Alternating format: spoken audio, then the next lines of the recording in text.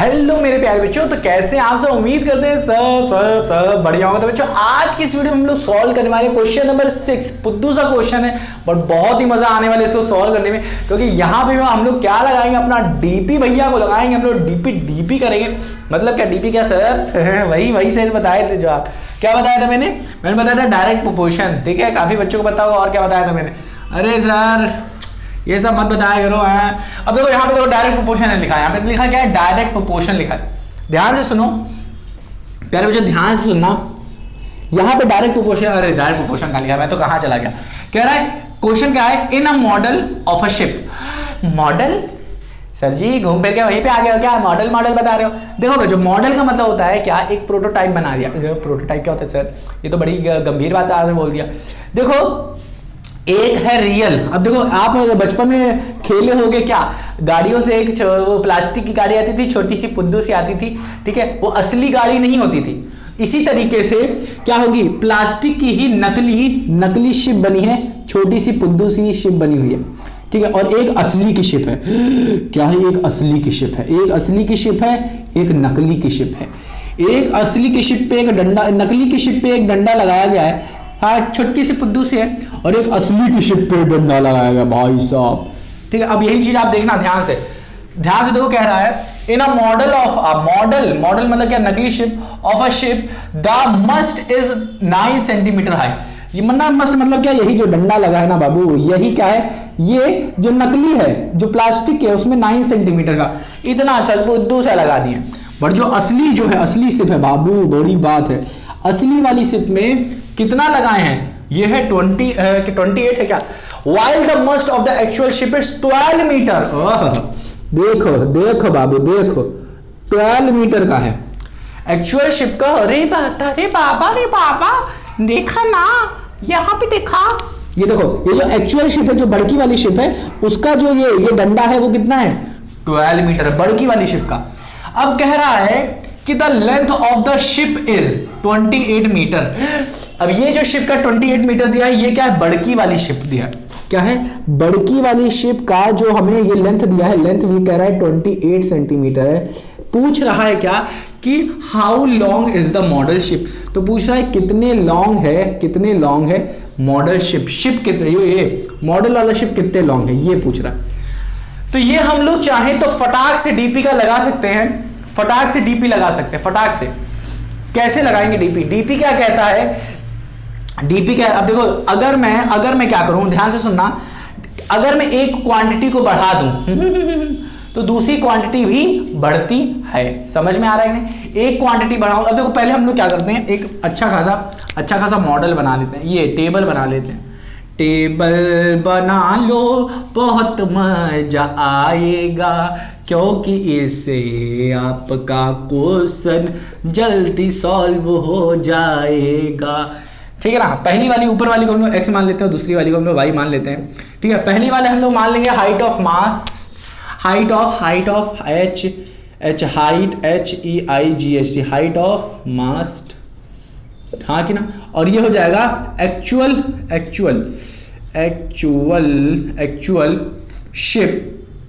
Ship length.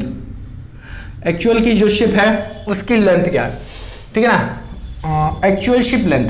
अब देखो actual ship length नहीं, सिर्फ लिखो शिप लेंथ। शिप लेंथ लिखो। ठीक है, क्या है? शिप की लेंथ। सिर्फ शिप की लेंथ लिखो। अब यहाँ पे एक और डिब्बा बनाओगे, ऊपर एक डिब्बा बनाओगे। यहाँ पे डालोगे मॉडल वाला शिप, इधर मॉडल नकली शिप और एक्चुअल शिप। हाँ, एक्चुअल मतलब समझो ना, रियल वाली शिप। अब यहाँ पे कह रहा है कि जो मॉडल थी हमारा, जो मॉडल वाला शिप था, उसमें जो मस्त था, मस्त दो नैन मेरे दिल का ले गए चैन। अरे सर रुक जाओ, गाना मत गाओ, पहले सवाल बताओ इसे। ठीक है बच्चों, देखो ध्यान से देखो। ये है मॉडल है। मॉडल क्या है हमारा? 9 सेंटीमीटर है। क्या है? मॉडल क्या है हमारा? 9 सेंटीमीटर मॉडल। ठीक है, 9 सेंटीमीटर है। अगर ये छोटकी वाला 9 सेंटीमीटर है, फिर बाद में कहा the must of the actual ship. Actual ship जो थी हमारी, उसकी मस्त क्या है? 12 मीटर में है। क्या है? 12 मीटर में थे। चाहो तो इसको सेंटीमीटर में चेंज कर सकते हो। 1 मीटर में कितने सेंटीमीटर होता बाबू बताओ, आपको नहीं पता तो याद कर लो भैया। क्या है हमारा 100, क्या होता है 100 होता है बाबू, कितना होता है 100 सेंटीमीटर, ध्यान से रखो 100 सेंटीमीटर होता है। 1 मीटर में कितने सेंटीमीटर, 100 सेंटीमीटर, समझ में आया? चलो ठीक है, तो हम लोग लिख देंगे इसको, अगर आप चाहो तो इसको 12 मीटर को चेंज कर सकते हो सेंटीमीटर में, तो 12 इंटू 100 कर दो तो 1200 सेंटीमीटर हो जाएगा, 1200 सेंटीमीटर। तो यहाँ पे हम लोग मीटर की जगह 1200 सेंटीमीटर लिख सकते हो, ठीक है ना।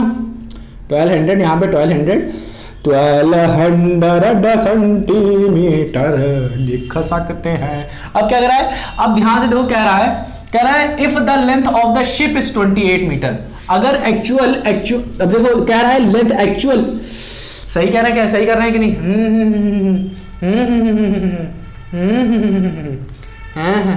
हाँ, ये एक्चुअल शिप की हमारी हाइट, ये 12 मीटर मस्ट की हाइट है, और कह रहा है लेंथ ऑफ द शिप। हाँ, लेंथ ऑफ द शिप क्या है, एक्चुअल लेंथ क्या है शिप की, वो 28 मीटर है। इसको भी 28 मीटर हमारा किस में चेंज हो जाएगा, ये हमारा चेंज हो जाएगा 28 इंटू 100 सेंटीमीटर में, तो 2800 सेंटीमीटर।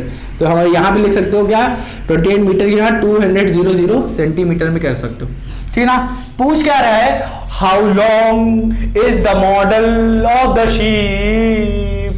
तो यही निकालना बचा, अब यही निकालना बचा है हमें कि भाई साहब शिप का जो मॉडल है, जो नकली है, उसकी एक्चुअल हाइट है क्या, हाँ, मॉडल की लॉन्ग ये क्या होगी, यही तो मैं पूछ रहा था।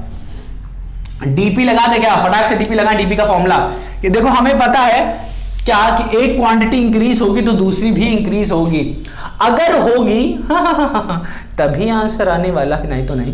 तो हम लोग को समझ में आ गया भाई साहब, हाँ इतना पहला सॉल्व किया, दूसरा सॉल्व किया, तीसरा सॉल्व किया, चौथा सॉल्व किया, पांचवा भी सॉल्व किया, छठवां भी सॉल्व करेंगे तो हमारा क्या होगा, आंसर आएगा। तो करके देखते हैं ध्यान से करते हैं।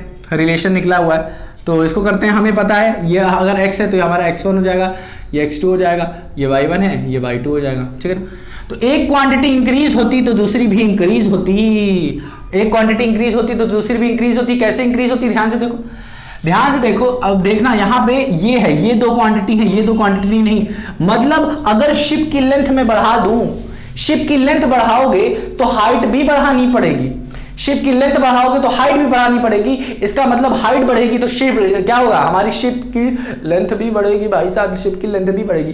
तो दोनों क्या है, डायरेक्टली प्रोपोर्शनल में है, डीपी में है, ठीक है। शिप बढ़ाओगे, शिप को क्या करोगे, बड़का करोगे तो हमारी हाइट भी बढ़ानी पड़ेगी, नहीं तो हाइट तो गायब हो जाएगी, पता ही नहीं चलेगा। तो इसका मतलब हाइट अगर बढ़ेगी, मतलब क्या, किसकी हाइट, मस्त की हाइट, मतलब हाइट ये वाली डंडे की हाइट बढ़ेगी तो हमारा क्या होगा, शिप की भी हाइट बढ़ेगी।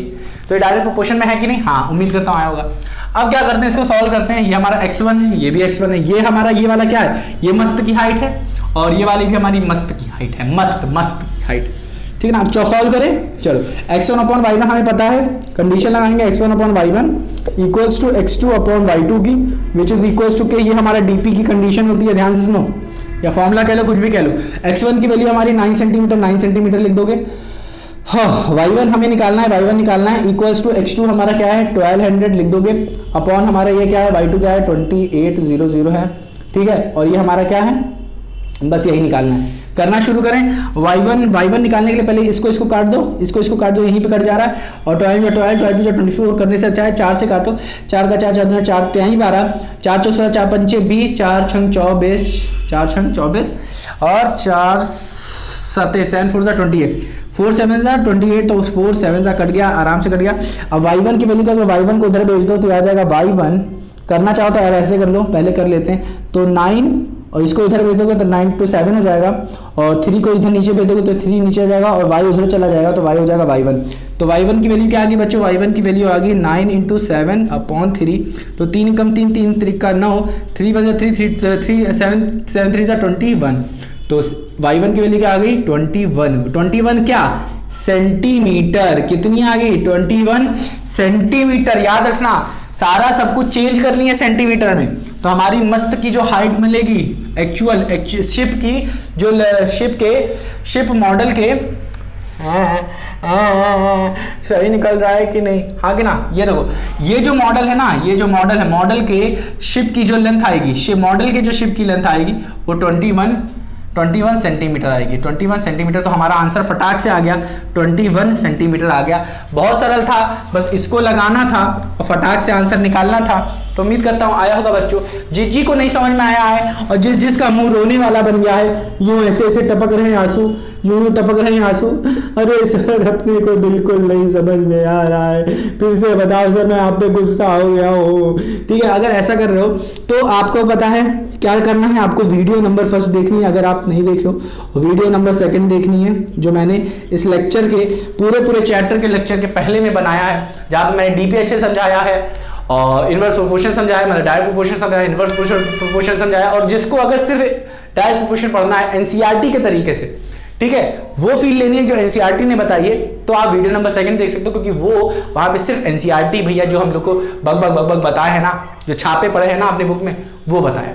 तो मिलते हैं प्यारे बच्चों अपनी अगली वीडियो, अपना ख्याल रखना, रिवाइज करना मत भूलना, क्योंकि एग्जाम में आ सकता है क्वेश्चन। तो मिलते हैं अपनी अगली वीडियो, अपना ख्याल रखो और रिवाइज करना मत भूलना। तो अब सॉल्व करने वाले हैं क्वेश्चन नंबर 7। तो मिलते हैं अपनी अगली वीडियो में।